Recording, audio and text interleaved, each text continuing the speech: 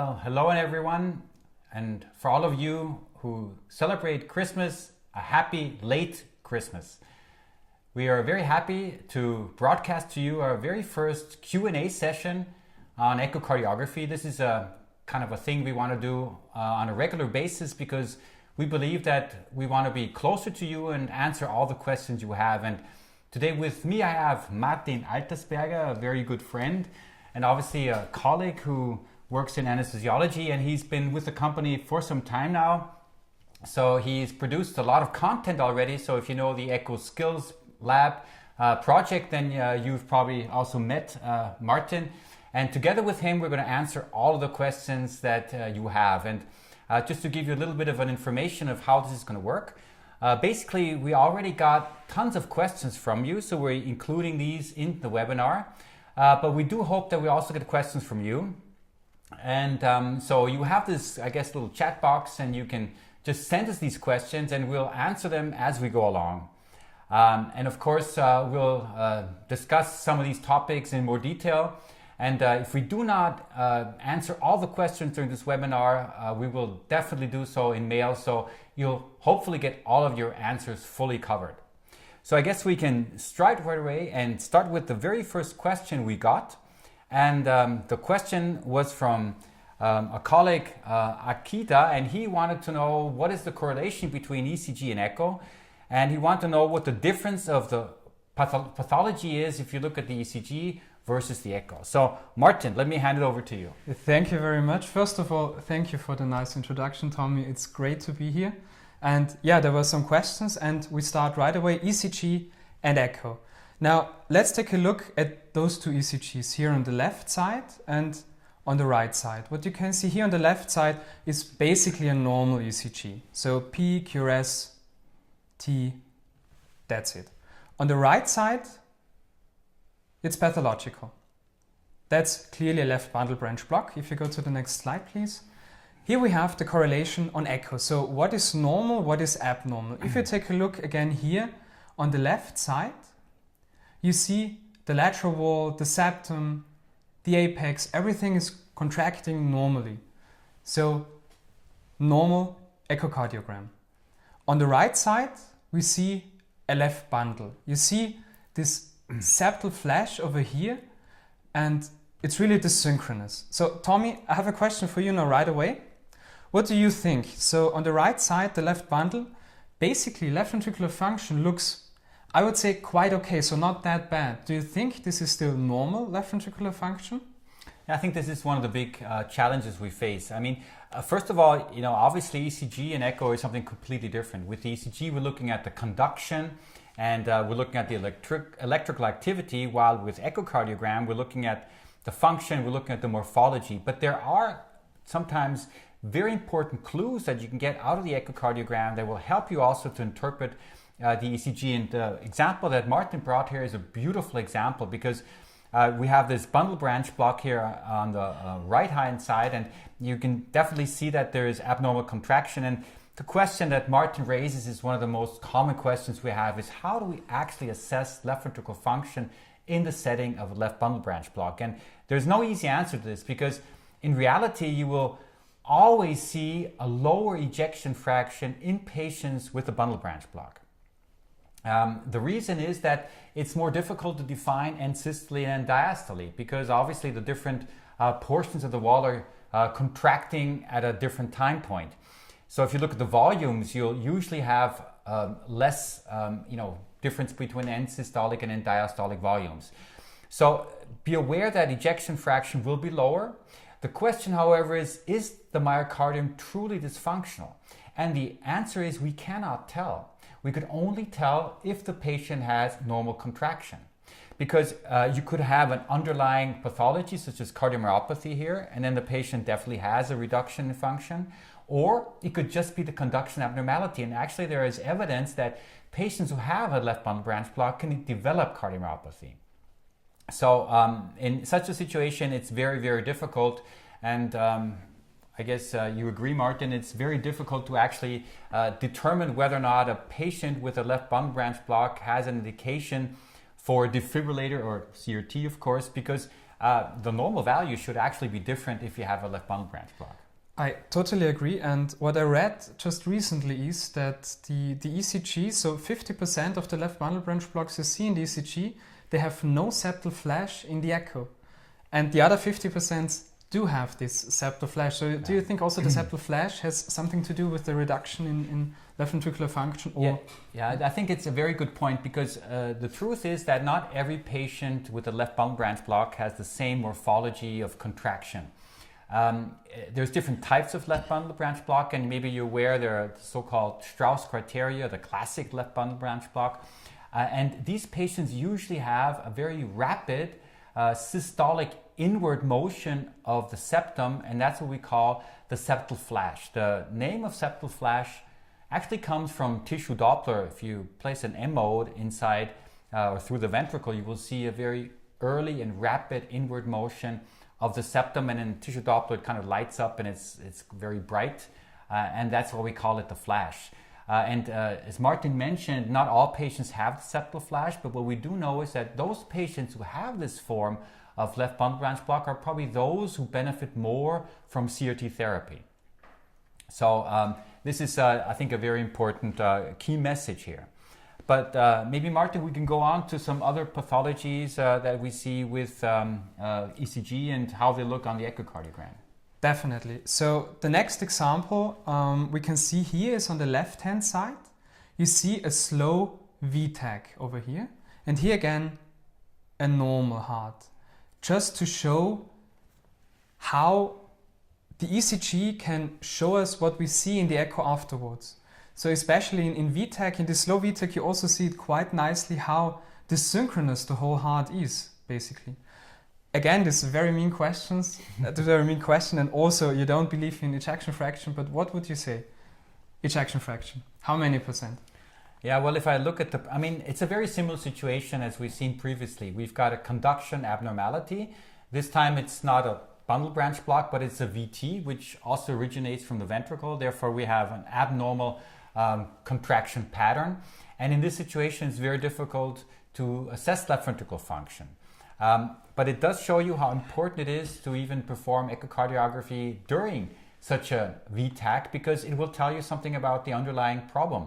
If you see a patient who has a very large ventricle and the patient has very poor left ventricular function, then it's probably associated with cardiomyopathy or coronary artery disease, versus a patient maybe who has some other reason, long QT syndrome, or maybe a patient with hypertrophic cardiomyopathy. Then function will look much better. In this situation, if you look closely, you will see that the ventricle is rather small. So it doesn't seem to be a chronic problem.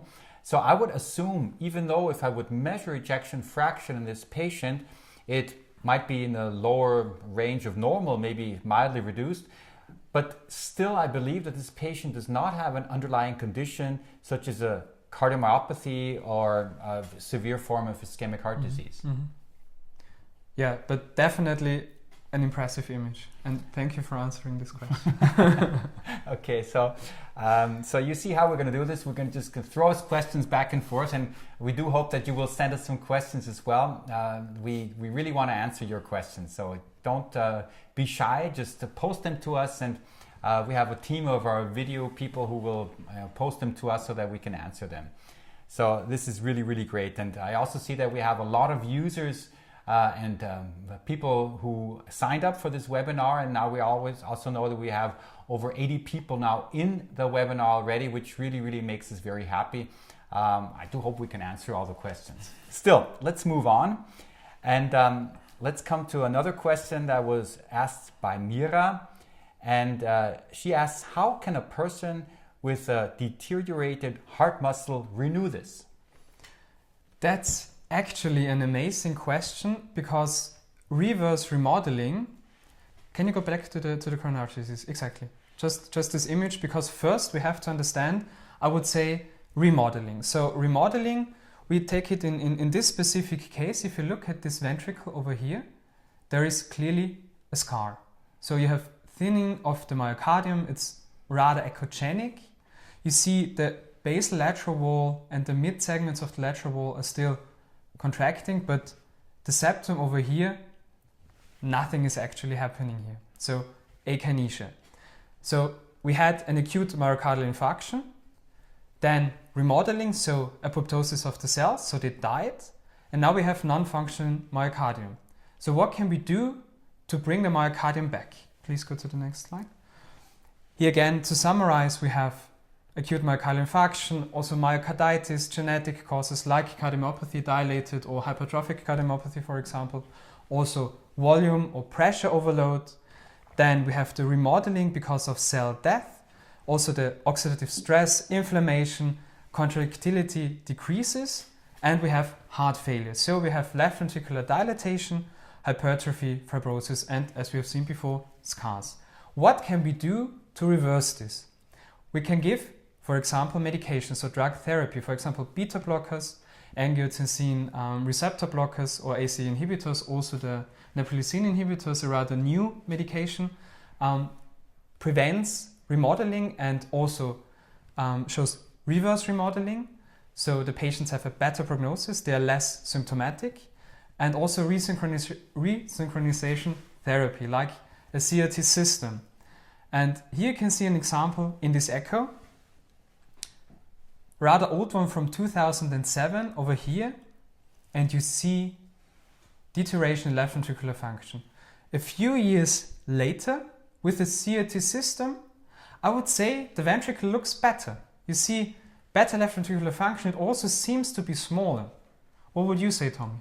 Yes, definitely. This is just, I think, a very beautiful example that shows us how far we've come with therapies in cardiology. We have a patient who has very poor left ventricular function, and after the CRT system, his ventricle is much smaller and function is almost, normal again. That's what we call so-called super responders. And you do see them with CRT, and when it comes to the issue of how we can assess these patients before they get a CRT system and kind of predict the chances of remodeling or reverse remodeling, there's some issues that are very important to look at, and that is the thickness of the myocardium. So if you have a patient who has a scarred myocardium because he has ischemic cardiomyopathy, or a patient who has end-stage heart failure with very thin myocardium, then the likelihood that you would see something as you see in this example is very, very low.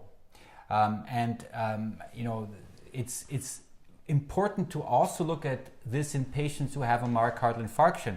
Martin showed you an example just previously with an anterior myocardial infarction, and if you have these patients, aside from the fact that you want to make the diagnosis if they have coronary artery disease, also look at the size of the infarct, because this is one of the most predictive factors for remodeling. And it's kind of almost like a cutoff value. If the size of the ventricle is below a certain, I would say, extent, then these patients will not remodel. However, if the ventricle is so severely dilated and already there's a large scar, then you will see this deteriorating progression of left ventricle function, and those are the patients who have a poor prognosis. So at the beginning of this cascade, when you have this acute setting, you can always or almost always predict the risk of remodeling. Of course, there are other factors as well, hypertension, poorly treated patients, additional mitral regurgitation, all these factors come into play as well. But it's the size of the infarct and it's the extent of scar which plays a very big role. So I have to interrupt you just briefly because we have a question from a user. I will read it right away. If you have questions, please fill them in the box below the video. You can do that and we answer the questions live. So a question I can read here is about remodeling or reverse remodeling. Can we actually measure the reverse remodeling, or who are the patients who actually profit?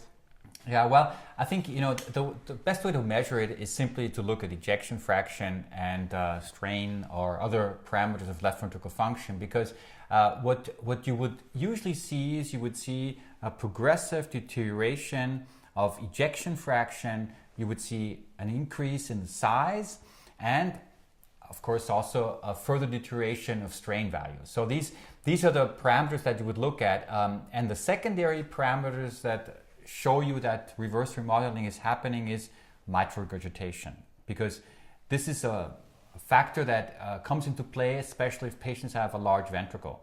So you see this annual dilatation and regurgitation gets more, and then you have this, vicious circle of more MR, more dilatation, more MR, further deterioration of function, further increase in size, and this just gets worse and worse and worse. That's what we're very concerned of in our patients. Yeah, definitely. So if the ventricle becomes or is smaller after quite some time after drug therapy or also after CRT therapy, MR must be less. So that might be really a good way to measure it. But would you trust strain more or ejection fraction? Strain. I'm honest on this, and one of the biggest problems is that ejection fraction has a measurement error which is relatively large, and strain has a much lower error of measurement, and therefore it's a more sensitive parameter that tells you if a patient is going either the one or the other direction. But then there's another thing which I believe in very strongly, and that is the degree of mitral regurgitation. You will really see that patients who deteriorate get more MR, and you will see that if reverse remodeling happens, MR gets less. It's even more sensitive, at least in my opinion, than measuring the volume of the ventricle. I guess it's just a better way of seeing if annual dilatation is present or not. Mm-hmm. So that's, I guess, a very important factor. But let me show you a video now, because when we talk about how can we bring the myocardium to regenerate, because even in remodeling, the issue is what we're trying to do is we're trying to prevent it from getting worse, and we're trying to prevent the myocardium, which is still okay, to also deteriorate. So in reality, we're not really regenerating damaged tissue or kind of reversing scarring process. But the interesting thing is that there's more and more research now being done which looks into the regeneration of the myocardium. Let me show you this video, which I think is very, very fascinating. It's a video that demonstrates how myocardium can be regenerated with the help of stem cells. And bioengineers have had some luck getting stem cells to grow on scaffolds to make simple, hollow organs like tracheas and bladders. But just how hard would it be to make a large, complex organ, like a heart, from scratch? Getting beating clumps of cells to organize into a three-dimensional heart requires scaffolding.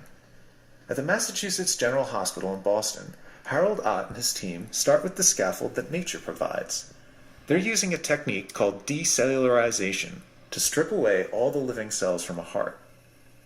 The owner of this specimen died only a few days ago. It will sit in this specialized vessel for about a week, while chemicals wash away its DNA, lipids, soluble proteins, sugars, and all other cellular material. In a building, if you want to renovate it or repair it, you'd go in, you'd knock down drywall or get rid of cabinets and stuff like that. And basically we're going into the matrix and doing that. By perfusing solutions and detergents, we're getting rid of all the cells. So I think this is... Afterwards, all that's left is a pale white matrix of collagen and other structural proteins that once held everything together.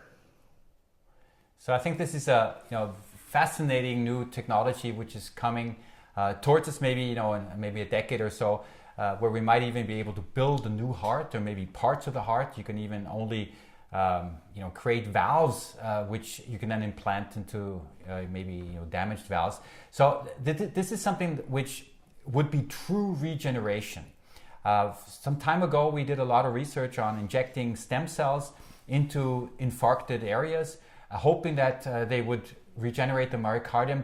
But this whole stem cell research has now been, I would say, been pulled back a little bit, not only because of issues related to security and safety, but also because we have not really seen this therapy to be effective. So I guess it's just not targeted enough. And maybe we'll be using something like I showed you in the video in the future. I think fascinating outlook, right? Definitely. Yeah. So let's come to the next question, a question that was asked by Timothy. And the question was, I sometimes get a very high ejection fraction. What am I doing wrong? Good question. I think that's something that I would like to answer myself using a video that is part of our course. So here's the video, and then maybe we'll have some time to discuss this video in more detail. We tend to overestimate function in small ventricles. Why is that so? Here's a video that will explain this to you. Now observe these 4 different ventricles, each with a different size and a different left ventricle function. And we'll look at the stroke volume. Now, if we look at this normal ventricle, let's say he's generating 80 milliliters of stroke volume. To do that, he needs an ejection fraction of 60, and this area in blue would be the distance that the endocardium travels. In other words, the contractility.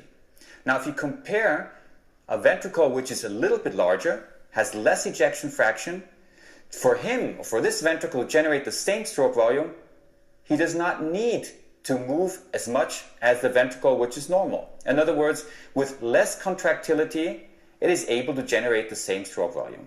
And this is even more pronounced in this ventricle, which is very large. Again, the same stroke volume, but in this case with very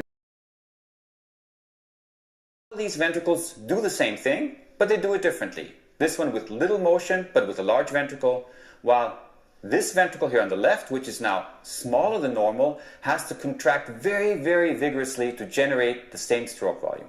So, in essence, if we have such a ventricle, we might think, yes, he's doing fine because he has a high ejection fraction, but in essence, it's doing not much more than a normal ventricle, but he's already on the upper limits of what he can do. So, rule 2 again, we tend to overestimate ejection fraction, or left ventricle function rather, in patients who have small ventricles.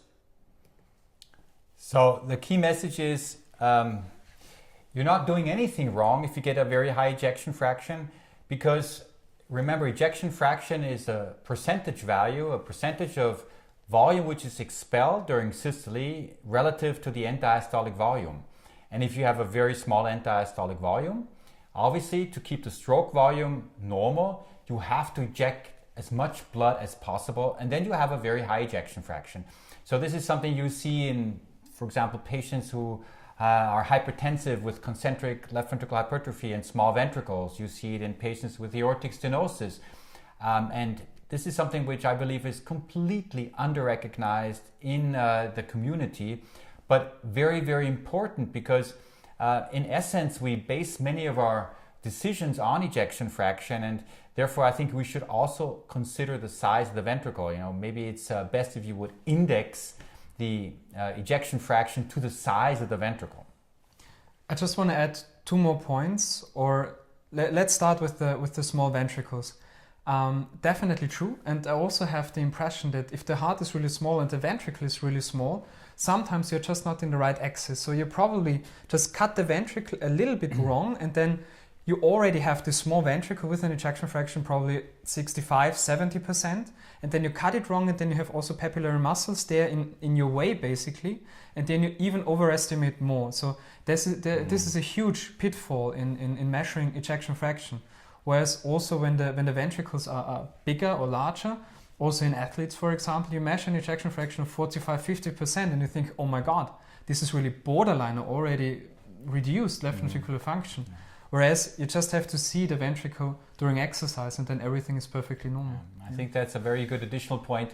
There's some methodological issues as well, as Martin mentioned, the issue of foreshortening. And don't forget that also you have a whole heart motion. In other words, if you have the heart coming in and out of the plane, you will have a kind of a pseudo smalling or decrease in size simply because you're more on the outer parts of the ventricle. That also plays a role, and the issue of the papillary muscles must also be considered. So there are numerous different limitations of ejection fraction that must be considered. I guess that sums it up and just explains why you can get very high ejection fraction sometimes in some patients. Diego asked a question about pulmonary regurgitation.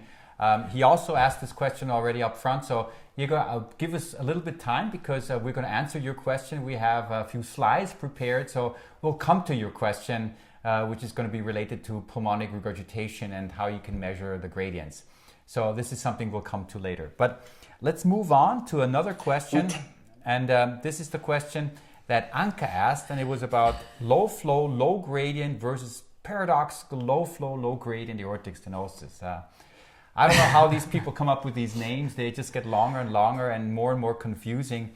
Especially if you add the pseudo low flow, low gradient aortic stenosis, and I guess these are the things that you sometimes stumble over when it comes to exams and stuff. And we'll try to make it clear for you where the problem really is. I think it's basically very important to know all these entities, but to remember them is rather hard. So you have to read the guidelines over and over again. But we can figure out together. So low flow, low gradient aortic stenosis, what does this mean? First of all, we have to have aortic stenosis present. You can see that here, quite nice in this apical long axis view. Normally you overestimate the calcification of the aortic valve in this view, but still now you have to trust me, this will be a severe aortic stenosis. You also see left ventricular function is deteriorated. So this is clearly not normal left ventricular function. Here you see the gradients during rest. So we have approximately 3 meters of a maximum gradient. For severe aortic stenosis, it would be 4 meters. And then we have to calculate also the mean pressure gradients. But now let's take a look at the same patient during a stress echo, dobutamine stress echo. Here you see a short axis view of the same ventricle. Now left ventricular function looks better. Now we can estimate the gradients also better. And if you look at the stenosis, now we have a maximum velocity a little bit above 4 meters and a mean pressure gradient above 40 millimeters of mercury, denoting severe aortic stenosis. This is a perfect example of a low flow, low gradient aortic stenosis. So you nicely see that in such a situation, the stress echocardiogram, when we normalize or at least increase function, we can demask aortic stenosis. Of course, there's some other issues which must be considered. It's highly unlikely that if you have a patient who has an aortic valve velocity of, I would say, below 3, maybe 2.5, in the setting of a poor left ventricle function, that it is truly a severe aortic stenosis. So usually you expect it to be somewhere in the range of 3, and then under stress echo it goes maybe to 4.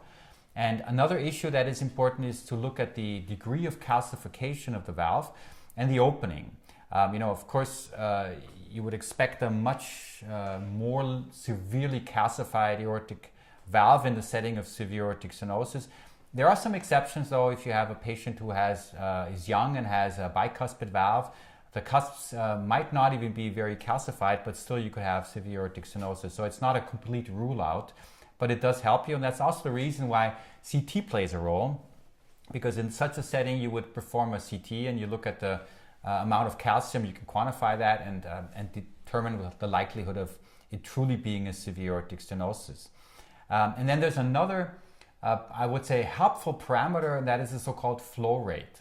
Now, what is the flow rate? Basically, it tells you how much flow goes through the outflow tract during a certain time interval. And basically, it's the ratio between the velocity time integral and at the same time also the duration of flow.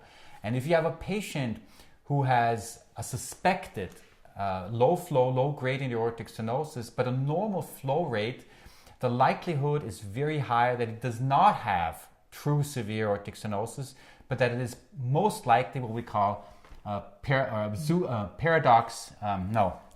See, I'm getting confused. Now it's a pseudo low flow, low gradient aortic stenosis. Yeah, but that it's a pseudo low flow, low gradient aortic stenosis. So this is, I think, just important to realize. But we have one more entity to explain, right? Exactly, but just about the pseudo low flow, low gradient aortic stenosis, because this is also, it is confusing. If you read it and you have to think about all these entities over and over again until you really realize what it is, and even if you realize what it is, you have to remember it, and that's horrible. It's really horrible to do. But so the pseudo low flow, low gradient aortic stenosis, you can also perform a stress echo, and you have a ventricle that has poor left ventricular function. Because of the poor left ventricular function, the gradients are low, and even with the stress echo, the gradients stay the same approximately. So they are denoting then not a severe aortic stenosis.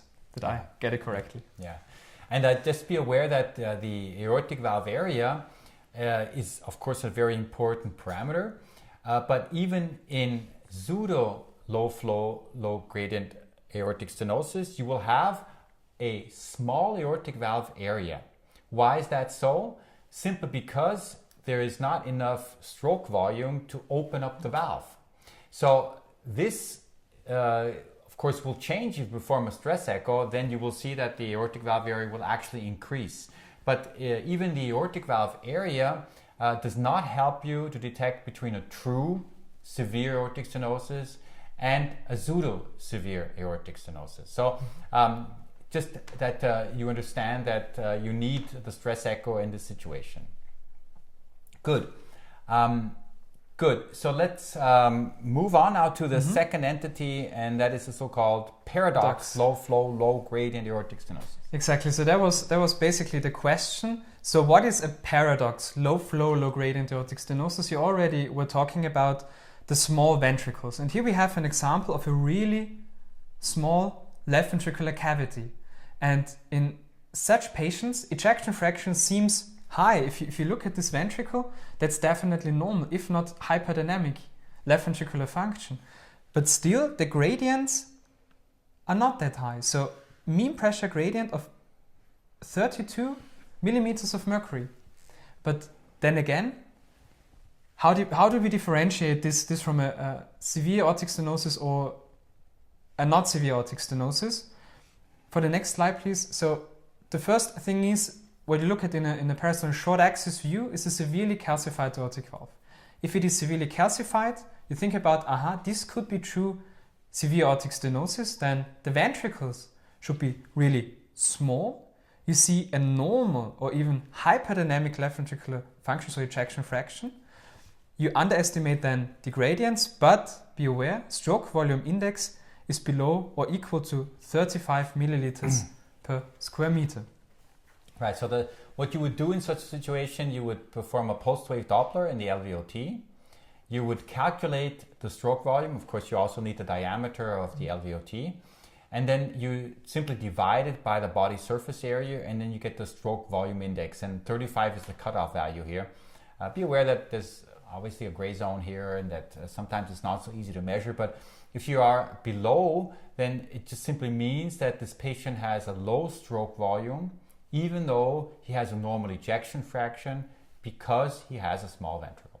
That's, I guess, basically it. And you know, this entity has been reported in the literature, and there's a number of publications out there now. But I think it's not such a common finding, and I think it's now almost over-reported in some way or other.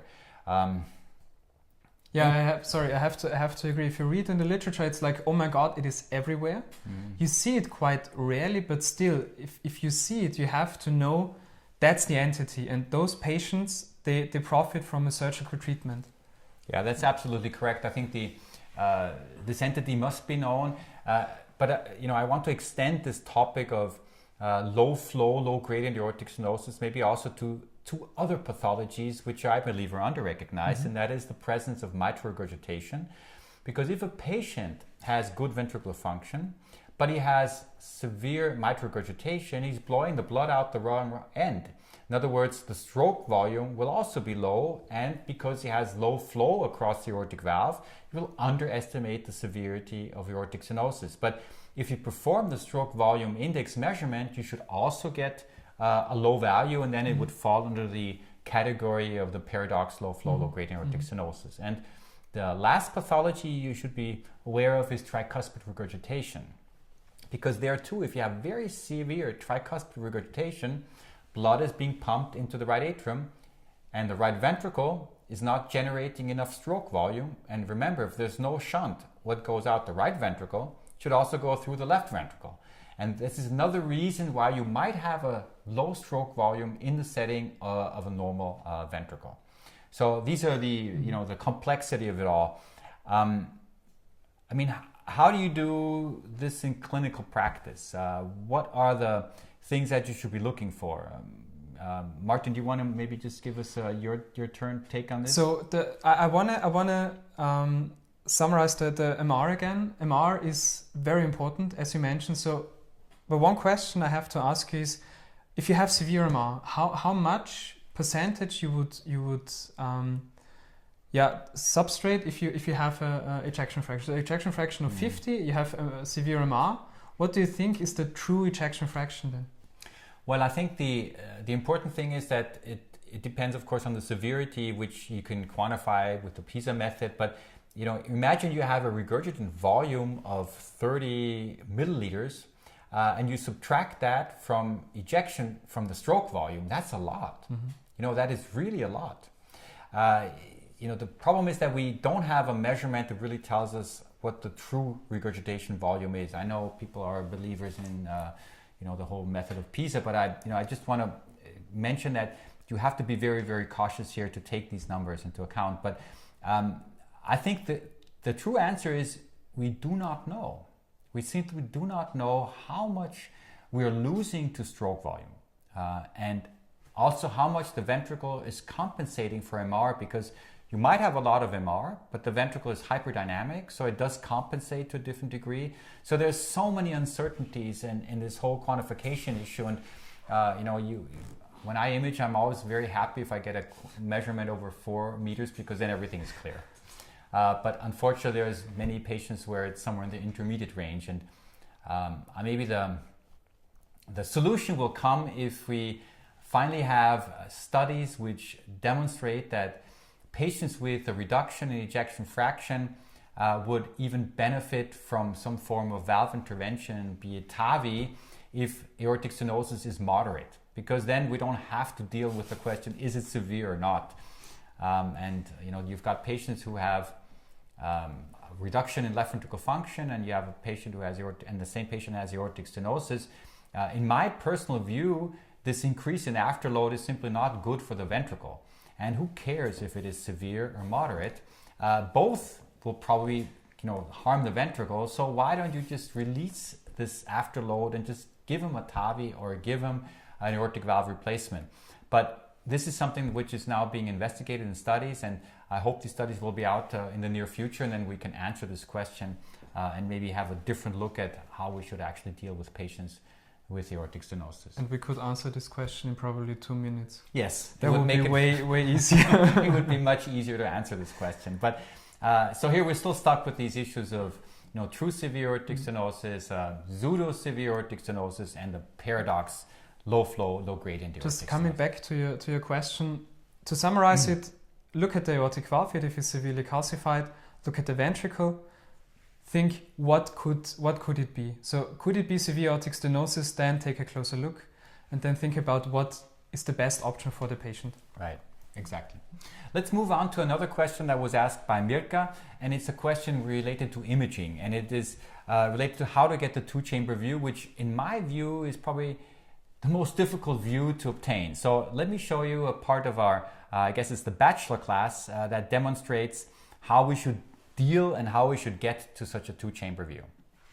I want you now to watch what happens on the anatomic image here on the left when I rotate to the 2-chamber view and then later to the apical 3-chamber view, or the apical long axis view as it is also called. Now here we have the 4-chamber view, and I am now rotating slowly counterclockwise. You see that the right ventricle is slowly starting to vanish. And we are now looking at the anterior part of the body here and the posterior part here. You see that the diaphragm is coming into the field of view. And so now we have the 2-chamber view with only the left ventricle and the left atrial visible. We have the mitral valve, which cannot be distinguished anterior-posterior leaflet. And we see here the descending aorta in kind of a long axis view if you play around a little bit. So this is the 2-chamber view, and now I will continue my rotation and rotate until we get the ascending aorta into our field of view. Again, look at the image here and watch for this region. All of a sudden here the ascending aorta pops out, This is the third chamber. We again see the mitral valve, and we see a little bit different portions of the myocardium here, posterolateral and anterior. We still see a little bit of the right ventricle. We're cutting through the right ventricle as well. Now, what is the advantage of using all of these views? I will show you. Here's the 4-chamber view, and if you rotate a little bit, you will all of a sudden appreciate that you have probably more of the apex in your field of view in the 2-chamber view, and thereby you can see a pathology that we played into the simulator, namely a thrombus.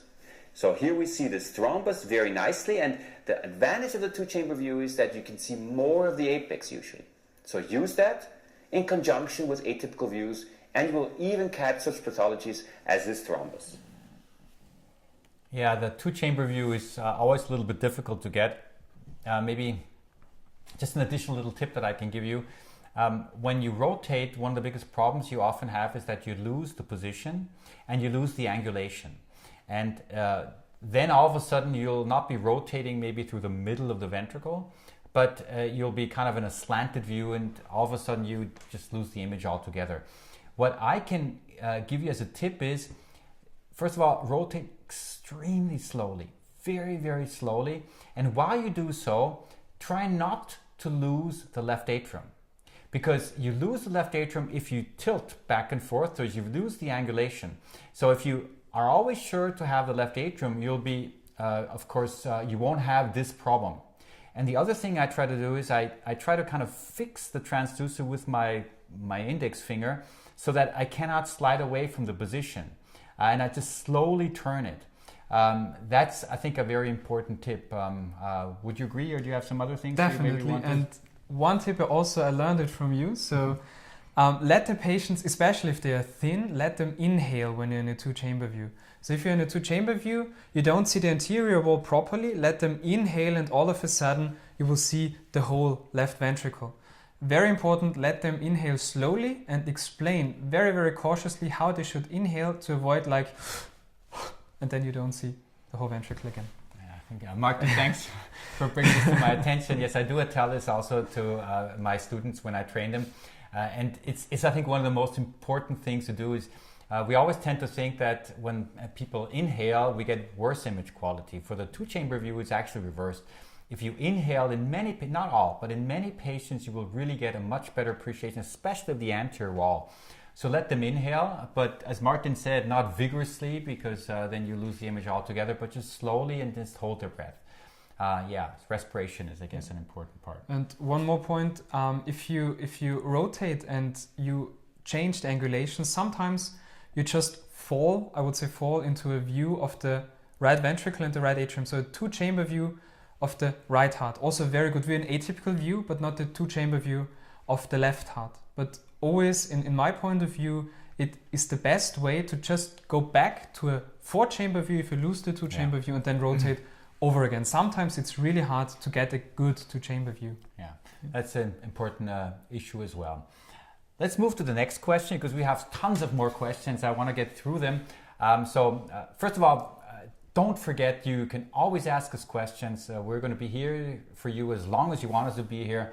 We only want to be home for New Year's Eve, but until then, we're going to be here. Right, Martin? Yeah.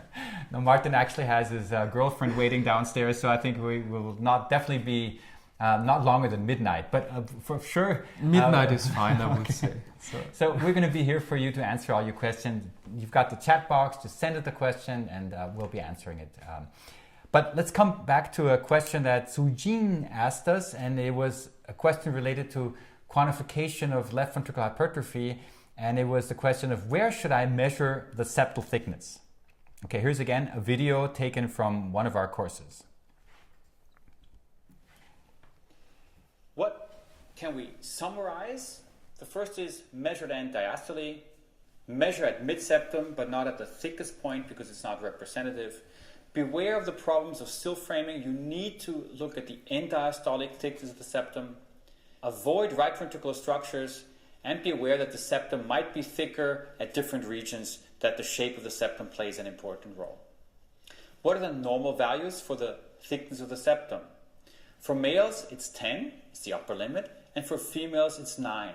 But if you want to diagnose left ventricular hypertrophy, I would recommend you to leave at least a little bit area of margin, 11, 12, depending of course also on the size and the factor if the patient is an athlete or not. So be aware that you do not be too strict with 10 or 11 millimeters, because then you will have many patients who are sick even though they probably have a normal heart. Definitely, if the septal thickness is more than 17 for males and 16 for females, you can assume that the patient has severe left ventricular hypertrophy. Yeah, so this is... Let me come back to one thing. I think you have to be aware of it, because if you go into the recent guidelines of how we should quantify left ventricular hypertrophy, you will not find any of these measurements that I've been showing you here, because what they say is you need to use mass. These are the guidelines, and then there's a number of different formulas and methodologies that you can use to quantify mass. The only problem is nobody does it. We don't do it in our lab. We only do it for specific situations and when we want to really follow patients or for study protocols. But the guidelines have, first of all, recognized that the M-mode measurements are toast. You should not use them anymore because they're just not exact enough. And if you want to get approximate values, which is, I think in my view, important for the laboratory, you should use these 2D measurements that I've been showing you. And in my view, it probably doesn't really matter so much which view you use, if it's the parasternal long axis view or the short axis view or the apical view. It's probably best to use the view where the image quality is best and where you can best delineate and where you can be most sure that you don't have a slanted view or some kind of tangential measurement. Also be aware that when it comes to measuring the thickness of the septum is not straight from apex to base. It has usually a bulge somewhere, maybe the mid-basal part of the septum. So if this is very exaggerated, what I would do is I would say, okay, I'll measure where it is at a normal size and use this measurement in a report, but also mention how thick the bulge is. So I would say, okay, normal thickness is maybe 15 millimeters with a septal bulge to 20 millimeters. So that kind of describes hypertrophy, I think best. Also be aware that the measurements we use are not very, very exact and very sensitive. So this means that you could sometimes make people sick even though they're not. Imagine you've got a young individual and you've got a septal thickness of maybe, 11, 12, and you write in the report left ventricular hypertrophy. This means it's an implication. I mean, this means you have to search for hypertension or maybe treat him, or maybe he has hypertrophic cardiomyopathy, when in reality, the measurement error is probably 10-15% somewhere. So it might still be normal. Of course, then you have different, of course, athletes have more septal thickness, and we know that blacks have a thicker myocardium as well. So take this into consideration. Be very cautious with making the diagnosis of LVH, especially in these borderline situations. Definitely. And as you say, perfectly fine, write in the report borderline, because then it could be borderline for 20 years and at some point maybe they have some kind of LVH. And the second thing, the very important thing you mentioned, is if you have a septal bulge or an area where the hypertrophy is really prominent, measure that as well, write it in your report, especially with the septal bulge. Also mention if there is a SAM, so a systolic anterior motion of the anterior mitral valve leaflet, because that could create a gradient and that would be a problem, and that would be then an indication for therapy again. Right, exactly. You've got the issue of hypertrophic cardiomyopathy, or even hypertensive patients could have a septal bulge and develop outflow tract obstruction under certain circumstances.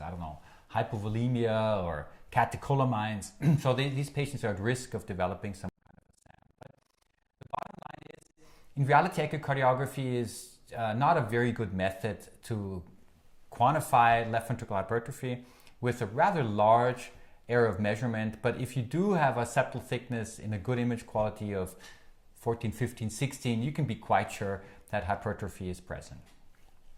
That sums it up. Yeah. Good. Let's come to... just one quick question, because it arises.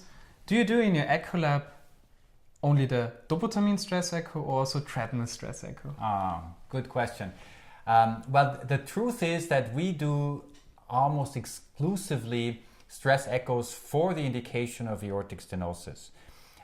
This has more historical reason, or let's say a hospital-based reason. We have a very good scintigraphy lab, and we don't do ischemia testing in our lab with echocardiography. In reality, if you want to perform a stress echo for patients with valvular heart disease, for aortic stenosis, dobutamine is probably the better bet. If you have a patient where you're looking for ischemia, or if you're looking for maybe gradients in hypertrophic cardiomyopathy or in athletes, it's probably the treadmill test, which is the better way of looking at the gradients in it, function. So that's very important. Good. I think before we move on, I do want to mention a few things which are important to you. First of all, I don't know how many people are actually with us for the very first time and do not know us. Maybe we can get a very quick poll. That would be interesting for me to find out. So if you are new to to us, if you've never seen one of our courses or don't know about us and just somehow stumbled on us, can you just maybe write a yes in your chat box and send it off? If you know us, then just write no. I just want to find out who you are, and then I'll tell you a little bit about what we're doing here and why we're actually here online. Okay? So let's have you answer these questions, and while we get the answers back, I'll answer another question. And the question was, what are the main indications for contrast-enhanced examinations? Martin. That's a wonderful question because we love contrast, and just a few examples where it is really useful. Here again, in this loop, what you can appreciate very, very nicely is a thrombus. It actually was in the B mode image very hard to delineate how big is the thrombus, is it mobile, I'm not sure, is it even a near field artifact, but with contrast you see it just perfectly fine. And the second example here, what would you say? Is this a thrombus? Or is this just a near-field artifact? I know it's already kind of spoiled because on the right-hand side you see the contrast image. But Tommy, what would you have said if you just saw the B-mode image? Yeah, I would not know the answer. And this is exactly the indication. The indication for such a contrast study is, for example, the exclusion or the proof that a thrombus is there. Especially in poor image quality, you will frequently have artifacts. And if I look closely at this image, I would think, I would not be sure if anything is there. But now if you do the contrast, what you see is this sparing defect here right at the apex, this black part here. I guess you all see this. That's the thrombus. I can so what happens is that the contrast, which in this case is so-called left heart contrast, opacifies the left ventricle, and thereby you have areas which are structures not filled by this contrast, and that's why they are black. So in this case, I couldn't tell, but with contrast, we now know a thrombus is there. It's just a really good way to delineate the whole endocardium. It's also good if you want to measure, for example, ejection fraction. If there is an important indication where you need ejection fraction and you cannot delineate properly, you just use left heart contrast, and then you can delineate way, way better, as in this example, also in this example. Okay. Two more nice, I would say really nice indications for contrast. Here you can see non-compaction, so a form of dilated cardiomyopathy, and you see this hypertrabeculation especially in the apex. Very, very nice to delineate. Sometimes in only the B mode image, also if the image quality is not so good, it's very often hard to distinguish where is the spongy myocardium, where does it start, where does it end. And this, Tommy, this is your speciality, I would say, TE. Yeah, we perform a lot of TE studies in our department. And this is just taken from one of the studies we performed. And one of the main reasons we perform a TE study is to exclude a source of embolism. And I guess you're all aware that one potential source of embolism is paradox embolism. In other words, you have a patent foramen ovale. And in such a situation, it's very, very helpful to perform contrast what do we see here? We see the upper superior vena cava, and you see that contrast is coming in from there. Then we have the interatrial septum, which in this case has an aneurysm. You see it's very mobile as well. And then when the contrast comes in, we see that there's a gap between the thin part of the septum and the thick part of the septum, and in between there you see contrast flowing. So this is the patent foramina vale, a very large patent foramina vale, and that's where it's used. I think it's also important to realize that we're using two different methodologies here. On the left-hand side, we're using so-called left heart contrast, which are special contrast agents that you also inject through the veins, but which have such small bubbles that they can pass through the pulmonary circulation, and then they arise in the right heart, and in the left heart, excuse me, and therefore you can use them to pacify the left heart, while the so-called classic right heart agents, which could just be agitated saline or mixed with blood, and there's different substances you can use. We have a complete chapter on contrast in one of our courses. But the bottom line is it's a different methodology, different substances, both injected intravenously for different indications. Now let's summarize some of the indications. ASDs, VSDs, you can use contrast, also PDA, or as we've seen before, patent foramina vale.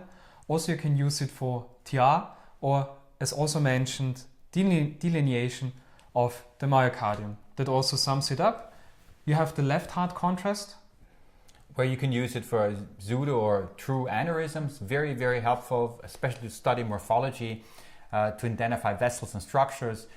We use it during septal ablation also. We inject it through the catheter into the myocardium to see which area delineates from the specific coronary artery, so we know if the area is good to ablate.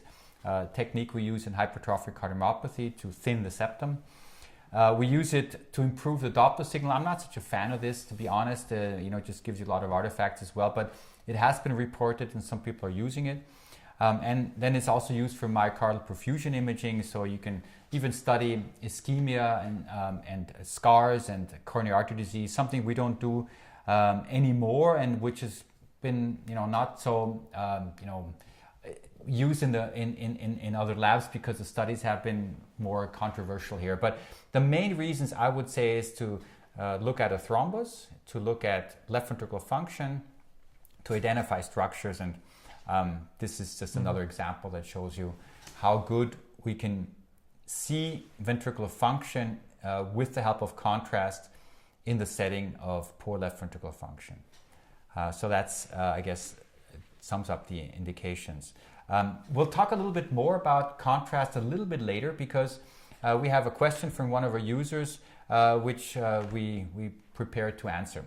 But let's come back now to the survey I did. So interesting, we have actually 75% of the people in this webinar have come across us at some point already.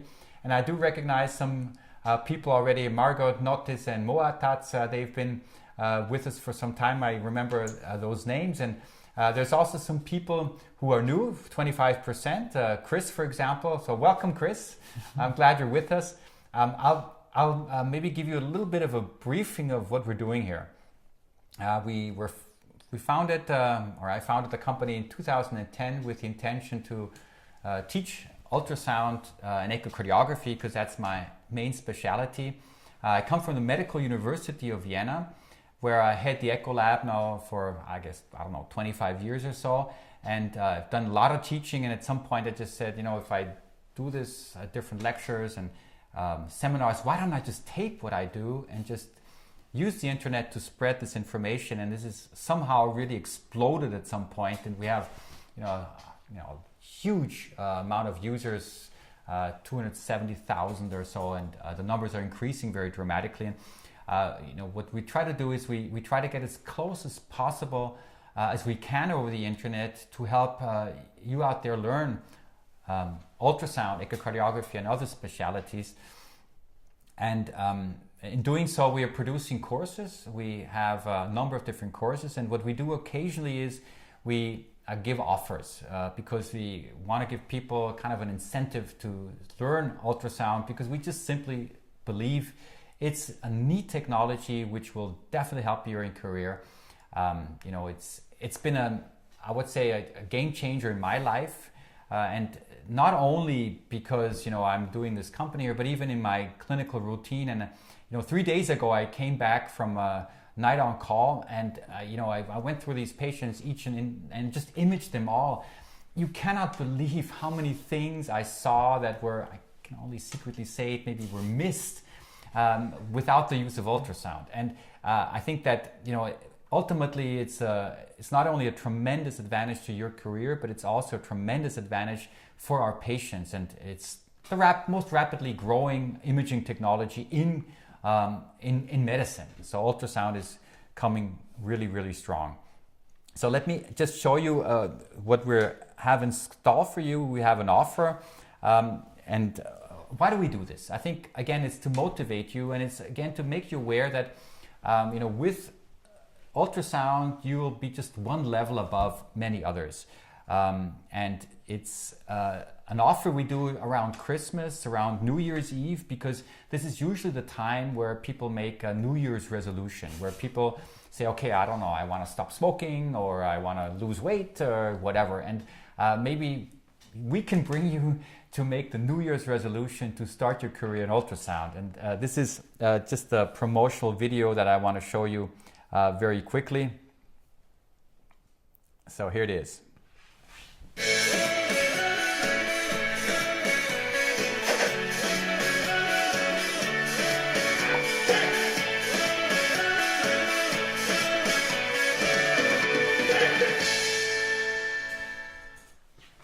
So the idea is, so we want to make you stand out, and we have, of course, a number of different courses for you. Let me just go back to this. So we have, when it comes to echocardiography, we've got a bachelor course, a master class, we've got the TE course, we've got speckle tracking, which is a very, very important topic, and I cannot mention how important it will be in the future. So this is going to be something which is going to be a game changer in echocardiography, and probably also in other imaging modalities in ultrasound. And the newest baby we have now is the right heart course, right, Martin? Yeah. It's a course that you know, we're very, very fond of, because here we're now going a little step further. We're not only showing you ultrasound, but we're also showing you the clinical aspect. So this is a full clinical course. If you work, I don't know, in a setting of seeing patients with pulmonary hypertension, or if you want to maybe, you know, treat patients with tricuspid regurgitation, it covers all the aspects of the so-called forgotten chamber. So once you see this video and this course, which is, I guess, 10 or 12 hours, the right ventricle is not forgotten anymore. So that's for sure. Yeah, I know. Sometimes we have problems because when we start these projects, we say, okay, it's only going to be maybe a 3-hour course, but then it ends up 12 hours because we just pack so much information inside. But that's specifically nice about the right heart course, because it is a clinical course, and you need the right heart. If you do echo, you need the right heart. You need to see, is this a good right heart? Is this a bad right heart? It's important for the prognosis. The patients with a really deteriorated right ventricular function are really symptomatic. So it's an amazing course. It's amazing to see all this detailed information about the right ventricle. And to become an expert, you need to know, of course, a lot about the right ventricle. Right. Okay, so this sums up, I guess, this might call it a little promotional block inside, but hope to your benefit. We have obviously a good price and whatever. Take a look at it. If you want to join us, we'll be more than happy to have you part of our course. And what we'll definitely plan is we're going to plan some more of these Q&A sessions and give you also the chance to engage with us and ask us questions. Okay, let's come back to the questions, and let's take a look at another question that Abukari Akida asked, and the question was, how does cardiovascular disease interfere with renal function? So I'm going to pitch this to Martin. Thank you very much. So the heart and the kidney, they belong together, so they interact. The question is actually rather difficult because the understanding of the whole physiology or the pathophysiology is rather complex. So there are basically 5 entities. We are going to start with the cardiorenal syndromes. So if you have the cardiorenal syndromes, you have either an acute cardiorenal syndrome where you have heart failure, for example, and this is the best example, I would say, an acute coronary syndrome leading to acute kidney injury. How does this happen? You have an acute myocardial infarction, you have deterioration in left ventricular function, so blood flow decreases, you have less blood flow in the kidneys. Therefore, you could also have apoptosis and cell death in the kidneys, and therefore you get acute kidney injury. The second entity is then a chronic state. Basically, the same is happening. You have heart failure, dilated cardiomyopathy, or any kind of cardiomyopathy, or ischemic cardiomyopathy. Probably you had an acute stage beforehand, and then you have this chronic stage where chronic heart failure again leads to chronic kidney disease. You also have this activation of the renin-angiotensin-aldosterone system. You also have an increased central venous pressure, and therefore also chronic kidney disease progresses. On the other hand, thank you very much, you have renal cardiac syndromes. You again have those two entities. You have an acute setting. For the acute setting, next, thank you very much. You have an acute setting or acute kidney injury. However, this happens, then that leads to heart failure. Only think about acute kidney injury, you have hyperkalemia. Think about the ECG of hyperkalemia, it's something like this waveform, and then you have arrhythmias. So that as well affects the heart. And also if you have a chronic kidney disease, this could lead to heart failure again. Just think about, for example, dialysis patients. If you have a dialysis patient, they have a tremendous left ventricular hypertrophy at some point. So, and the same holds true for chronic kidney disease. And the fifth entity, which summarizes those entities, just chronic kidney disease or kidney disease and heart disease or heart failure in a setting of a systemic disease. I guess I summed it up pretty, how can I say, effective, because these entities are they're just complicated. And if you look at this nice graphic here, that's the chronic state, how the heart affects the kidneys and the kidneys affect the heart. It's just complex. But be aware, heart and kidneys, they're affecting each other in an acute and in a chronic state. It's sometimes very hard to distinguish what was here first. Was it the kidney injury or was it the heart failure? But also be aware of systemic causes or secondary causes. Also sepsis. Yeah. I mean, in clinical practice, what you're very frequently confronted with is you've got this patient who has heart failure, and you give him diuretics, and renal function starts to deteriorate. Creatinine goes up, the GFR, goes down, and all of a sudden, you're in this difficult situation of how do you get the water out if you can't give them diuretics? This is a very, very frequent problem. It's a complex issue, of course, but just one of the very important points here are you, of course, have to figure out first what the primary problem is. Does he have a kidney problem up front? Or is it really the cardiac function that is the problem? Does he have what we call pre-renal failure, meaning that he has a low cardiac output, therefore he has no blood through the kidneys, and therefore he doesn't, generate any urine. And the other issue is you can use ultrasound in some of these situations. I've seen multiple situations where the patient doesn't have any urine. What's the problem? And what do? You take the ultrasound probe and put it where?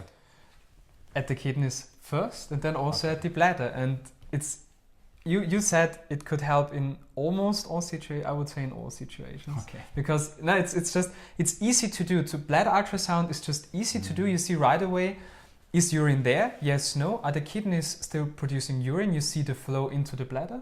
Then you can also scan the kidneys if they're really atrophic. This is cardiac ultrasound, but I will stop very, very, very soon. So you have these atrophic kidneys, and then you can take a look at the heart, and then you see also if the heart is failing, and then you really get a complete clinical picture. And treating those patients is extremely complicated. And I would say, from my personal perspective, it doesn't matter if the kidney injury was here first or heart failure. You have to treat both at some point. And yeah, overall, it's just complex. Yeah. I'll just tell you about one of the patients that I saw just relatively recently, and it was a patient who had exactly this problem. He had creatinine was rising, and we couldn't give him diuretics, and he had massive tricuspid regurgitation and right heart failure, and he gained 15 kilos of weight. And we didn't know, should we give diuretics? If we gave diuretics, the creatinine would be worse.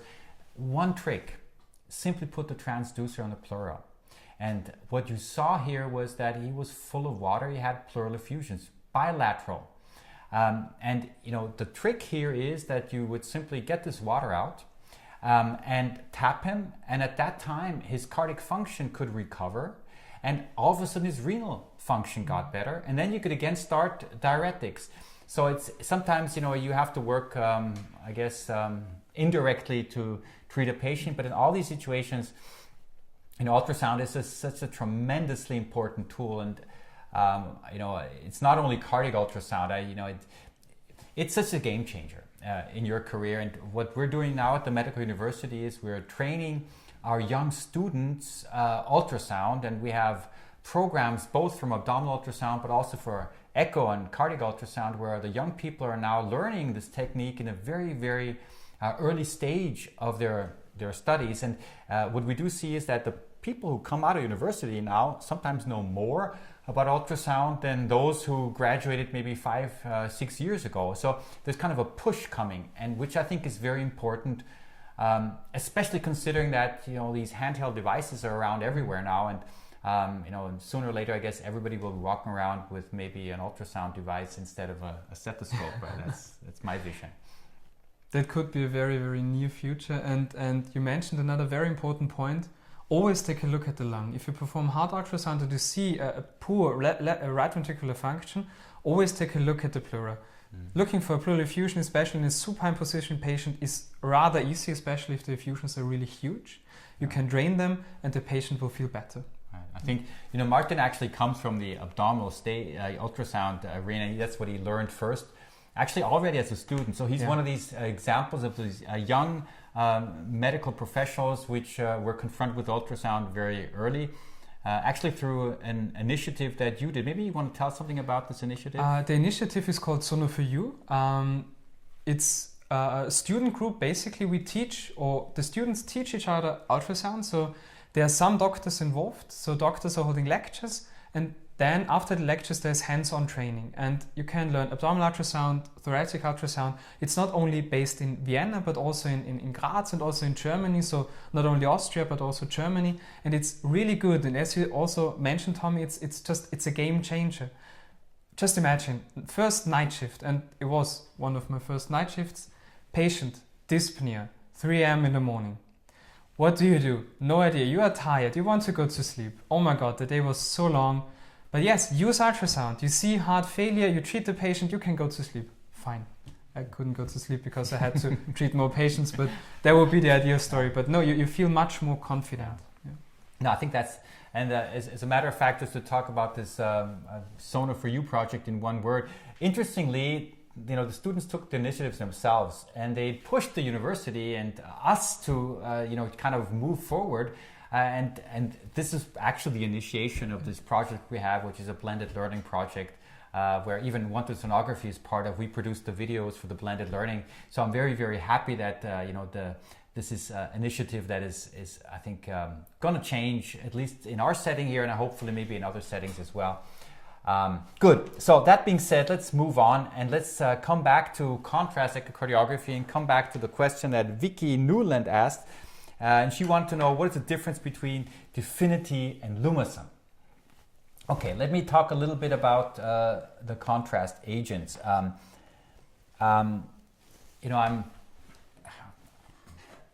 obviously not anyone who's from a pharmaceutical company, and I hope not anyone from the pharmaceutical companies is listening here, but I'll tell you one thing, they're pretty much all the same. So in essence, they all have a very similar structure and a similar mechanism, and that is that there's a gas which is surrounded by a shell, and this gas can be air, or it can be perfluoropropane or sulfur hexafluoride. So in essence, these are very, very similar gases, And the shell should have a certain stability and also a certain size. And the size should not be too large, otherwise they do not go through the pulmonary capillaries and therefore they don't reach the left ventricle. And those are the different companies and different substances we have. For example, Definity is a substance which we get in Europe, and the same substance is called, Definity is in the US, and Luminity, that's the name of the substance in Europe. So you also have different countries, different names. Some of the differences are that with some contrast agents, you can just pull them out of a vial and inject them, just shake them and inject them, and others you have to use kind of an activating centrifuge where you shake it for a certain amount of time and then you can use it. In these products, you have a little bit of an advantage, at least that's what we're being told, is that the size of the bubbles are more uniform. But in essence, I think it's not so important which of the substances you use, but more that you should use one of these contrast agents. I guess that sums it up, and here again is the list of different substances you have, and what the gas and the shell actually is. Okay. That sums it up perfectly. Yeah. Okay. Yeah. Now, what I try to do is I'll give you a very, personal thoughts on some of these.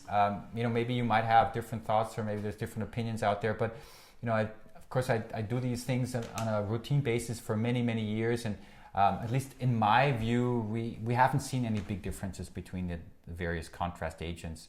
Of course, there are some advantages and disadvantages. You have to, of course, look into that. But yeah. And the answers are just honest. Yes. And that's what you need, because companies, hopefully again no one from a company watches, but companies tell you everything what you want to hear, but you have to experience it yourself. And if you have someone who has experienced it for quite some time, you just get a good insight and a good feeling, can I do that as well or not? So the same is with contrast and many more things. I mean, if you're considering to use contrast, my best bet would be just to get to two companies, let them both bring the substance, and then just test it in a few patients, and then also look at the price and see what works best for you. The most important, again, is just to use these contrast agents, because there's been some health concerns. I guess it was in 2016-17, where there were reports that if you use contrast in combination with dobutamine stress echo, you have excess mortality. And there was also some concerns that if you use contrast in patients who have severe cardiopulmonary problems, you have whatever side effects. But this has been alleviated. There's been numerous studies which have now clearly demonstrated that it's a very safe substance, that the allergic reactions and problems that can occur are not more frequent than with anything else that you use in daily clinical practice. And it's just very safe to use, and I've never ever seen a complication with a contrast agent, at least in our laboratory, and so use it. Good. Let's now, we're a little bit, I guess, over the time, but since there's so many more questions coming in, I will just continue and let's see how far we get. Mm-hmm. Okay? Definitely, sure. So let's now come to a question from Dr. Zakarie. What about if I can't get any practice? Is it sufficient to take the course? So this is... It's actually a great question, because how can I say? So if you don't practice ultrasound, question back, why should you take a course about ultrasound? It's very interesting, but then it definitely is enough, because the courses you can see or we can teach are really good. So they are guideline conform. You have lots of hours of content. You also get CME credits or ACCME credits. But for patient care, so if you want to do that on a regular basis, of course you need practice. One advantage of the online courses is definitely you can see many pathologies up front, and then when you come to an actual patient, you already know what you're doing.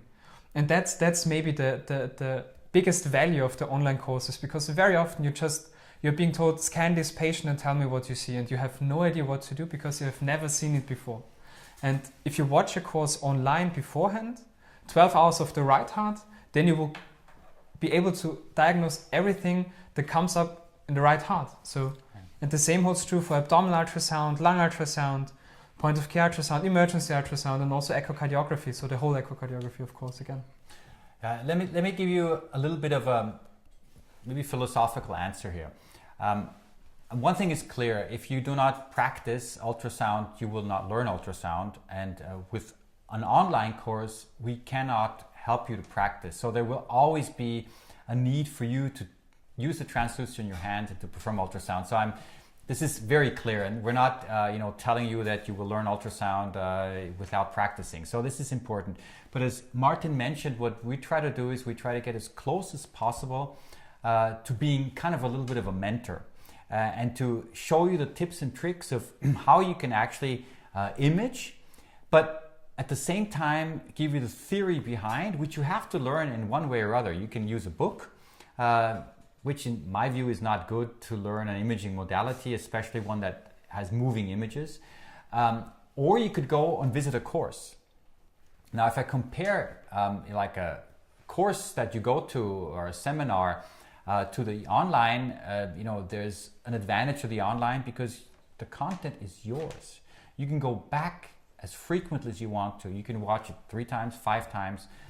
You can fast forward, except now, of course, during this live webinar, you cannot fast forward. But if you have a video, you can always go at your speed and you can pause and repeat. So this is something you cannot do in a live lecture. Now, in a live lecture, sometimes you have hands-on training. That is the advantage if you do a hands-on training. And I would always recommend you to also maybe go to hands-on trainings and do that. It's definitely important and it will help you to go forward. But still, even in these hands-on training, you will usually not have so much time to image patients because it's usually a group of sometimes 5 times 10, maybe 15 people around one scanner. Sometimes you don't see patients, but only models. So there's also limitations in this hands-on part. And as Martin said, I think it's very helpful if you come to such hands-on courses or to your patients already with the knowledge of how to image and what you're looking for. So definitely online learning is something which is growing and it's working in many other areas. If you want to learn the guitar or if you want to learn how to play the piano, you can do that online. But even there, you will at some point have to sit down and play the instrument. So that's the deal. Just the reason we're doing this here, this webinar, is also because we think it's important that you have the ability to ask questions, and that's what we're here for. And obviously, we've made a huge impact already with the courses. I mentioned earlier we have thousands and thousands of people who've taken our courses, and we get astonishing feedback, and people are happy with it for what it is. It's an online course, and the hands-on part you will need to do yourself. Maybe in the future we'll have a solution here too, but we're working on this. But stay tuned. We know that we need this hands-on part, but we'll give you more information on this when we comes along. But maybe one question that always comes is how do you learn ultrasound? And just recently we produced a video because I'm asked this question so frequently. And this is the rough cut, and this is only the last part of it, just not to make it too long. And watch this video, and then maybe we'll discuss in a little bit more detail of what it needs to become good in ultrasound. There are probably 3 rules when it comes to learning ultrasound, or probably any skill. Step 1, motivate yourself. You have to make the decision to start the journey. Step 2, observe. This stage is what you might call the passive mode. Step 3, practice. Now what I mean here is both the hands-on training and acquiring knowledge. This is like the deep dive, and it's hard work. And you have to embrace the difficulties, but don't forget, here you already have some paybacks and some rewards. And then if you want to be really, really good, you can come to step 4, which is experiment. That's where you become a master. That's where you get, of course, your own experience. Now, obviously, there's going to be some overlap in the sequence of these 4 stages. Now, how do we help you in our courses to get through these stages? Well, we try to make learning fun. So we try to motivate you. Then we provide tons of examples and a systematic curriculum so that you can observe and do the deep dive into the topic. And finally, we discuss controversial issues which ultimately allow you to experiment for yourself. I can only say that following these rules has helped me tremendously to learn ultrasound. And I do hope that they will help you as well.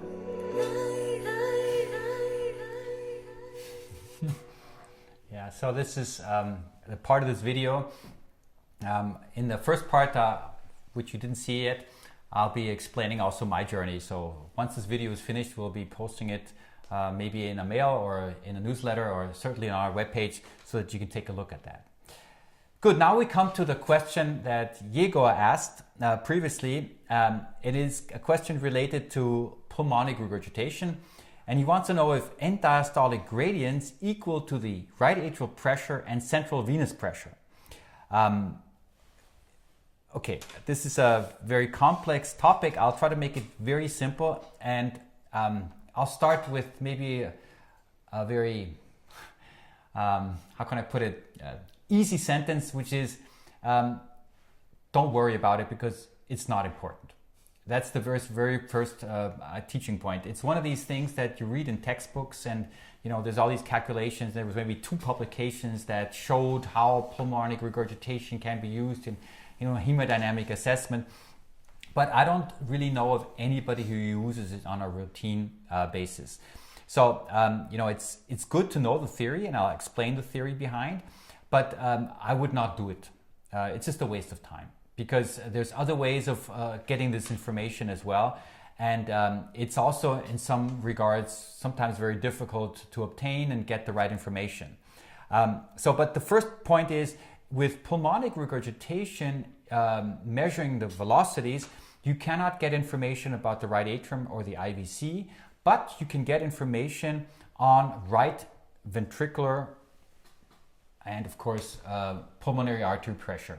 Because what you're measuring here is you're measuring the gradient between the right ventricle and the pulmonary artery. And now if you look at the typical PR signal, which can actually be obtained in pretty many patients because everybody has at least some degree of pulmonic regurgitation, you will see that there's a certain slope here. And here is the beginning of diastole, and here is the end of diastole. And from this curve, you can also look at the gradients that happen at a certain time point during diastole. In other words, if you measure the velocity at the beginning and then use the so-called Bernoulli equation, which transfers velocities into gradients, then you get the early diastolic pressure, and here you will get the late diastolic pressure. So that's actually what you can do, is you can use the maximum velocity here, and you can estimate the diastolic, systolic, the diastolic pulmonary pressure, which is rarely used as a sole parameter. We in echo usually use the TR velocity to look at the systolic pulmonary pressure, but here you could also get the diastolic pressure. And there's certain formulas that can help you to calculate the mean pulmonary pressure if you look at, for example, the peak PR velocity. So the PR signal has been used to look at the diastolic pulmonary pressure, has been used to calculate the mean pulmonary pressure. In reality, this can also be done by looking at the so-called pulmonic acceleration time. And here you see the so-called Mahan's regression equation, where you can also estimate the mean pulmonary artery pressure with the help of the forward systolic pressure. So you see there's a lot of calculations which have been proposed. Nevertheless, the most important parameter to look at pulmonic pressure is, and I cannot only emphasize this enough, is the TR signal. There you look at the systolic pressure. If you have a patient where the systolic pressure is elevated and you have the suspicion that pulmonary hypertension is present, there's only one way to confirm that, and that is a right heart catheter. So remember, echo is not there to give you these exact values. It's there to screen maybe patients, and then to use, of course, also to follow up patients, and then to take these patients and bring them to a right heart catheter to figure out how high pressure really is. And there you can get the mean pressure, you can get the maximum pressure, you can get the left atrial pressure, you get all this information in the cath, right? Yeah, definitely. That also explains it very nicely, and it's also if you have the TR signal and you have a relevant TR, also look at the additional findings of pulmonary hypertension. So look at the right ventricle, look at the right atrium. That's very important information you get. Calculating the mean pulmonary arterial pressure, I have to admit I never did it. Yeah. How often do you use it? And actually, for example, if you don't have a TR signal, would you use it then to get a feeling for pulmonary pressure? Well, if I don't get a TR signal, which is a super question, because this is not so uncommon. Even in patients who have severe pulmonary hypertension, there are situations where you don't have a TR signal. What I use there is I use exactly what I'm showing you here on the screen. It's the pulmonary forward velocity, where I look at the so-called acceleration time. And if patients have a very short acceleration time, it is an indicator that the patients have pulmonary hypertension. And in addition, what I would look at is the secondary findings. You look at the flattening of the interventricular septum, you look at right ventricle function, the size of the right ventricle, the width of the pulmonary artery.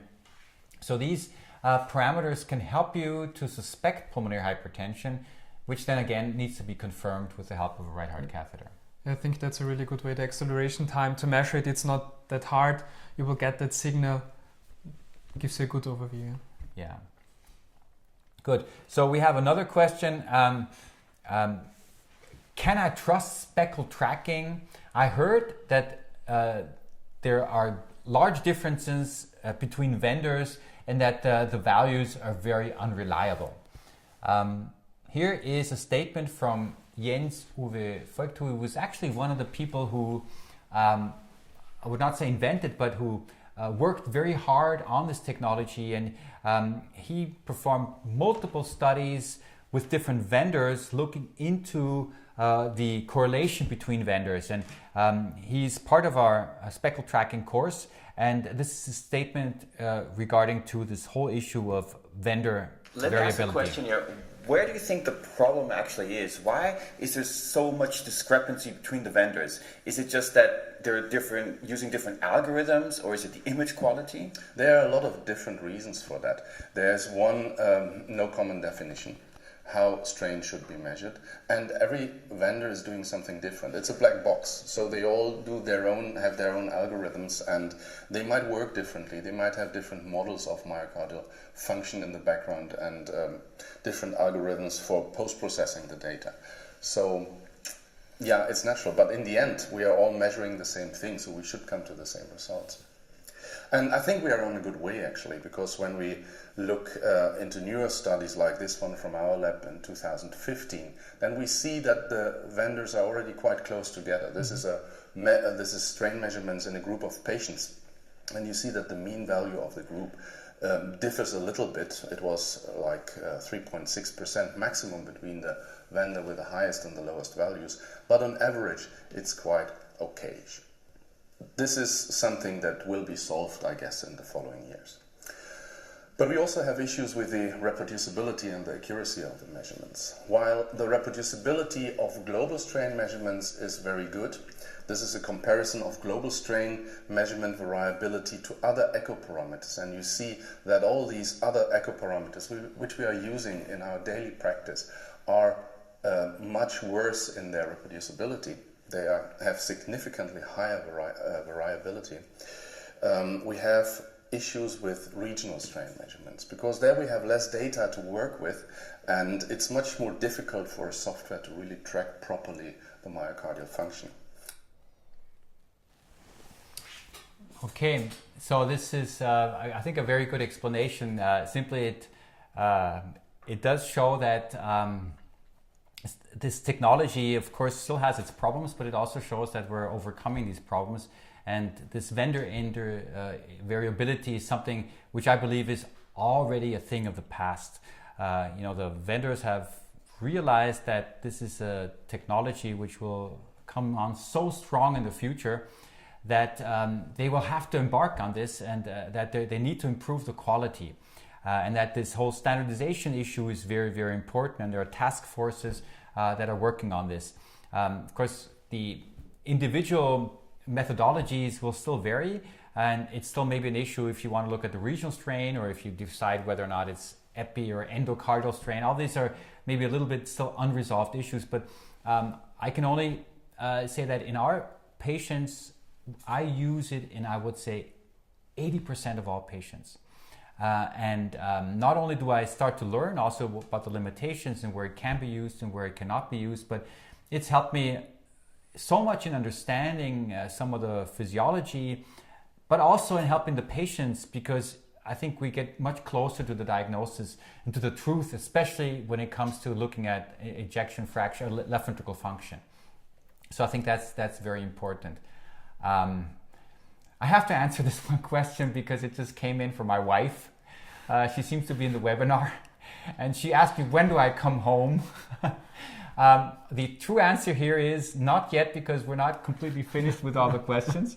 But I do hope I will get a good dinner when I come back.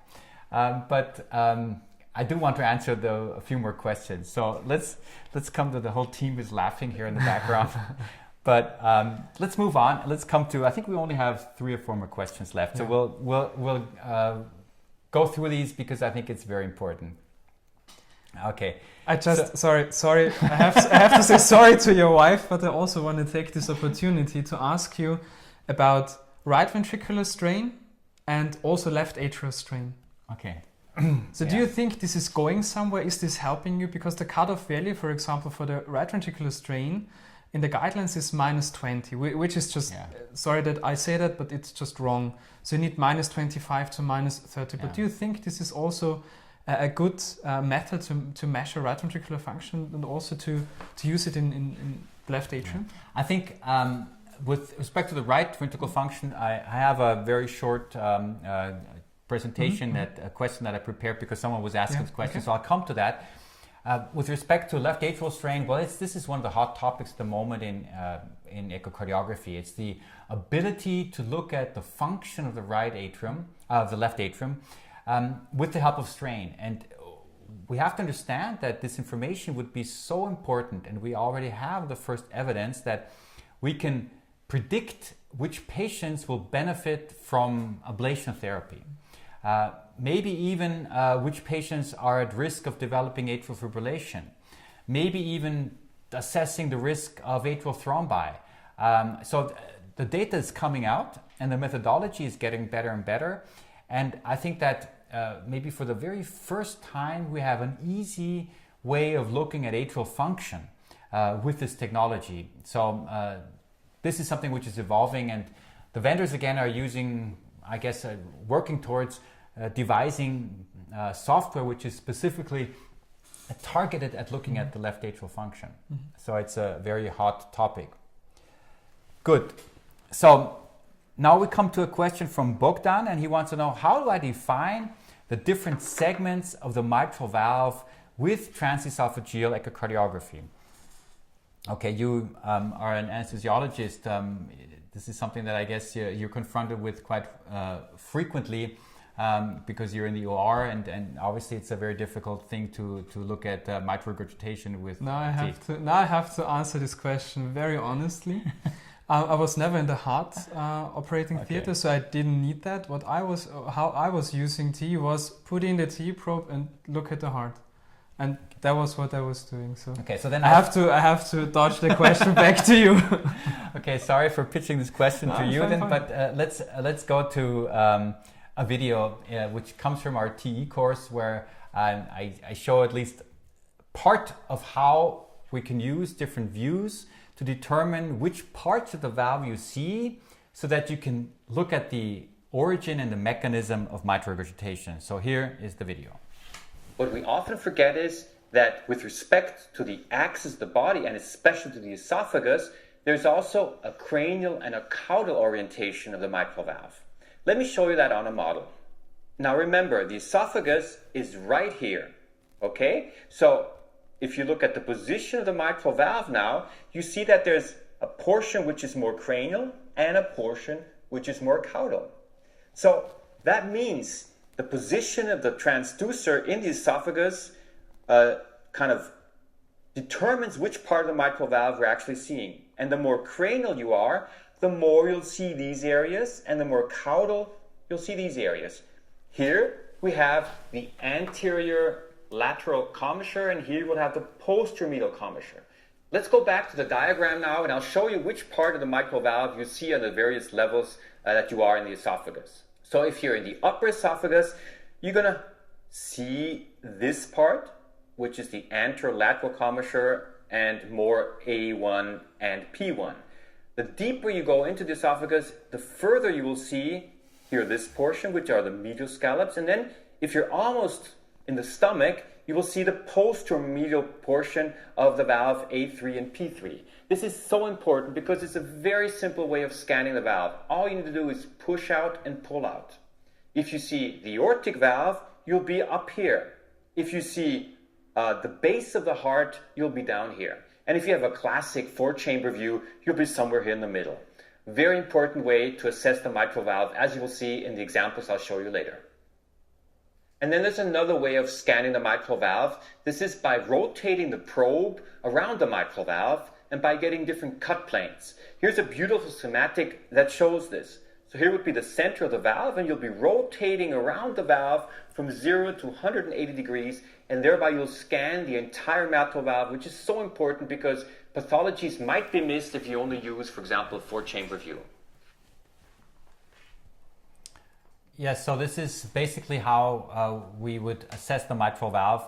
Of course, there's much more information to this. There's special views we can use, which are standardized, the so-called commissural view and the long axis view. So that helps you to determine where the origin of mitral regurgitation is. And I think one of the very important things that I learned in my clinical practice was that we always tend to think that TE is like the gold standard and we get everything better with TE, which is not always true. When I do an assessment for mitral regurgitation, I always first perform a transthoracic study. And I also use special views, which we bring in our masterclass, of where we can actually see the mechanism and the origin of mitral regurgitation. And so most of the time I already have this information when I perform the TE study. And the TE study gives me maybe more information with respect to, is there really a small little part of the valve which is detached or not? Or maybe if I cannot clarify the mechanism, maybe I do see something with TE.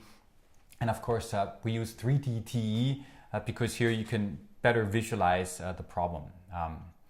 Good. I think let's move on. And we still have, the number of viewers is actually increasing. We're now, I think far over 120 people. So this is really good to see that you're staying with us. For everyone who wants to see the video, maybe let's say missed part of the webinar, we're going to make a video out of it and we're going to post it to you so you'll have access to that. And obviously if you have friends that you think should see this as well, you're more than happy to share the video with them and also give them maybe a chance to participate in the future. So basically this concludes the questions we have. Martin, do you have anything else that you want to say or mention at the end? I would say now it's really time to make maybe a summary what we have learned today, what we have seen today. If I may start do so, yeah. right away. Thank you very much for giving even more insight in many difficult pathologies we face, starting from when to use contrast, how to delineate the endocardium better, how to see left ventricular function, also about strain, as well as about the complex entities of aortic stenosis. It was for me very interesting and actually great fun to be here. I didn't think it would be so much fun to do this all together. So yeah. No, we really have a lot of fun doing these webinars, and it's always so grateful that I have the opportunity to do this with a great team around me, people who work in the video department with us, but also we're a very big group at the moment already with people who are in marketing and content production, and Martin is leading this team, which is growing, and with all the other people who have been instrumental in producing courses. So it's really, really a big pleasure to have this opportunity, and it gives me a way to, maybe bring the knowledge of ultrasound to an even larger group of people. And so I'm very, very grateful to have this. And again, this webinar was a real big pleasure. And you can be sure we'll be holding more webinars in the future and Q&A sessions. And if you want to have more information, there's tons of content. If you go to YouTube and look for 123 sonography, or if you go on Facebook, we have our so-called 60-second cases where we show you very interesting pathologies and sometimes very good teaching points. And if you want to, of course, participate in the courses, you're more than welcome to, and we'll be very happy to have you as part of this community. So again, thank you for being with us. I wish you all a very happy new year, and hope to see you at some point, either online or in person on a later stage. And again, Martin, thank you very much. I have one more question. Please. You promised me right heart strain. Oh yeah, I missed out on that. I don't know. I'm sorry to mention that now because you had such a nice finish. But right heart strain, what would you say? Normal values in between -25 to -30. Would you use it? Do you use it? No, I think Martin is completely correct. I don't know how this got into the guidelines with 20 to 25. The right ventricle has definitely a much higher strain than the left ventricle, and it should be above 25. Some say even 30. The ranges have not been defined yet, but definitely right ventricle strain should be higher. And yes, I use it very frequently, and I think it's one of the best parameters to assess right ventricle function. But if you want to learn more about that, again, we have our speckle tracking course, and if you watch our teaching products on the platforms I named, you will find the mentioning of speckle tracking very frequently, because it's just a cool thing. But coming back, Martin, I want to thank you for being with me. And welcome. I think now it's time for you to go to your girlfriend and for me to go home to my wife. Thanks for having me. Bye-bye.